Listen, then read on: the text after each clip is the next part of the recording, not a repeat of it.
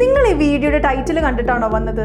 AI എന്താണെന്ന് അറിയാൻ, AI പഠിച്ചാലുള്ള ഗുണം, AI പഠിച്ചാൽ ജോലി കിട്ടോ, അങ്ങനെ കുറേ ക്വസ്റ്റ്യൻസിൻ്റെ ആൻസർ ആയിട്ടാണ് ഞാൻ വന്നിരിക്കുന്നത്. അപ്പോൾ തുടങ്ങാം. നമ്മളിപ്പോൾ ലിങ്ക്ഡിൻ, ഇൻഡീഡ്, സോഷ്യൽ മീഡിയ അതൊക്കെ എടുത്ത് നോക്കുമ്പോൾ നമ്മളുടെ ഫ്രണ്ട്സ് അല്ലെങ്കിൽ നമ്മളറിയുന്ന ആരെങ്കിലും ഇങ്ങനെ ഒരു പോസ്റ്റ് ഇട്ടിട്ടുണ്ടാവും. Data scientist, AI developer, AI engineer ആയിട്ട് ജോലി കിട്ടി, അങ്ങനെ കുറേ. മാത്രമല്ല നമ്മൾ വിചാരിച്ചതിലും കൂടുതൽ സാലറി അവർക്ക് കിട്ടുന്നുണ്ട്.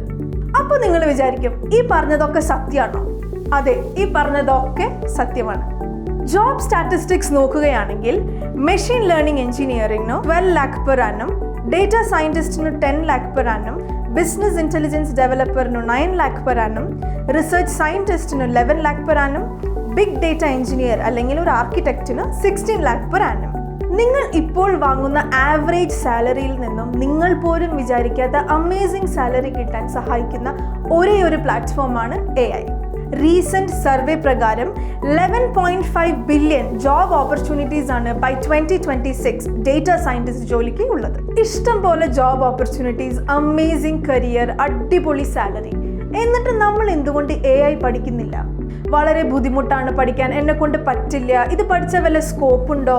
അന്ന് അങ്ങനെയാണോ? ഇതിന് നമ്മൾ AI എന്താണെന്ന് അറിയണം. AI അല്ലെങ്കിൽ ആർട്ടിഫിഷ്യൽ ഇൻ്റലിജൻസ് സംഭവം ഒരു ചെറിയ പേരാണെങ്കിലും AI എന്ന് പറയുന്നത് മനുഷ്യൻ്റെ സ്വഭാവങ്ങളെ മിമിക് ചെയ്യാൻ പറ്റുന്ന ഒരു സിസ്റ്റത്തിനെയാണ്. നിങ്ങൾക്ക് അവഞ്ചേഴ്സിലെ അയൺമാൻ്റെ ജാർവിസിനെ ഓർമ്മയുണ്ടോ? ഡിസ്നിയിലെ ബിഗ് ഹീറോ 6 ഓർമ്മയുണ്ടോ? ഇതൊക്കെ AIയുടെ ചെറിയൊരു എക്സാമ്പിൾസ് ആണ്.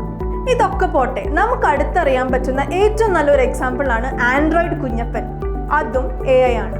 നമുക്ക് ഓടാനും നടക്കാനും ചിരിക്കാനും സംസാരിക്കാനുമുള്ള കഴിവുണ്ട്. സിറ്റുവേഷൻസ് അനുസരിച്ച് ഡിസിഷൻസ് എടുക്കാനുള്ള കഴിവ് മനുഷ്യന്മാർക്ക് മാത്രമുള്ളൂ. അതുകൊണ്ടാണ് മനുഷ്യന്മാർ സുപ്പീരിയർ ഇൻ്റലിജൻസ് ആണെന്ന് പറയുന്നത്. ഈ സെയിം സിസ്റ്റം നമ്മളൊരു മെഷീനിലേക്ക് കൊണ്ടുവന്നാൽ എങ്ങനെയിരിക്കും? അതിനെയാണ് മെഷീൻ ഇൻ്റലിജൻസ് അല്ലെങ്കിൽ ആർട്ടിഫിഷ്യൽ ഇൻ്റലിജൻസ് എന്ന് പറയുന്നത്. അപ്പോൾ ചുരുക്കത്തിൽ പറഞ്ഞാൽ ഇതാണ് AI. ഇപ്പോൾ മനസ്സിലായോ എന്താണ് AI എന്ന്? ഇനി AIയുടെ കുറച്ച് എക്സാമ്പിൾസ് നമുക്ക് കണ്ടാലോ?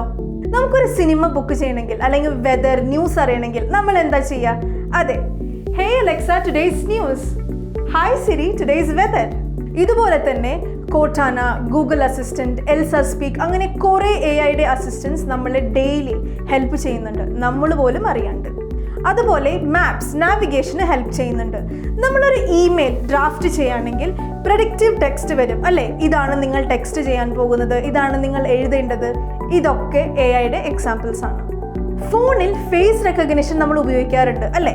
ഫോൺ ലോക്ക് ചെയ്യാനും അൺലോക്ക് ചെയ്യാനും chat boxes, Tesla, social media platforms, e-commerce, banking, അങ്ങനെ കുറേ സെക്ടറുകളിൽ. ടെസ്ല AIയുടെ ഇൻറ്റഗ്രേറ്റഡ് ചിപ്പ് വെച്ചിട്ടാണ് ഓടുന്നത്. ഇതുപോലെ തന്നെ AI വേറെ കുറേ ഇൻഡസ്ട്രികളിലും യൂസ് ചെയ്യുന്നുണ്ട്. ഈ പറഞ്ഞ എക്സാമ്പിൾസ് ഒക്കെ AIയുടെ ഒരു ടിപ്പ് മാത്രമാണ്.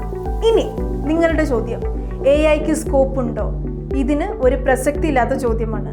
ഒരു 5 കൊല്ലം കഴിയുമ്പോൾ നിങ്ങൾ AI പഠിച്ചിട്ടില്ലെങ്കിൽ അല്ലെങ്കിൽ AIയുടെ ജോലി കിട്ടിയില്ലെങ്കിൽ നിങ്ങൾക്ക് ചിലപ്പോൾ ജീവിക്കാൻ ബുദ്ധിമുട്ടായേക്കാം. നമ്മൾ ഫ്യൂച്ചറിലേക്കാണ് നീങ്ങിക്കൊണ്ടിരിക്കുന്നത്. എല്ലാം ഓട്ടോമേറ്റഡായി കഴിഞ്ഞു. AIയുടെ സ്കോപ്പ് ഇനി ഉയരാൻ പോകുന്നതേ ഉള്ളൂ.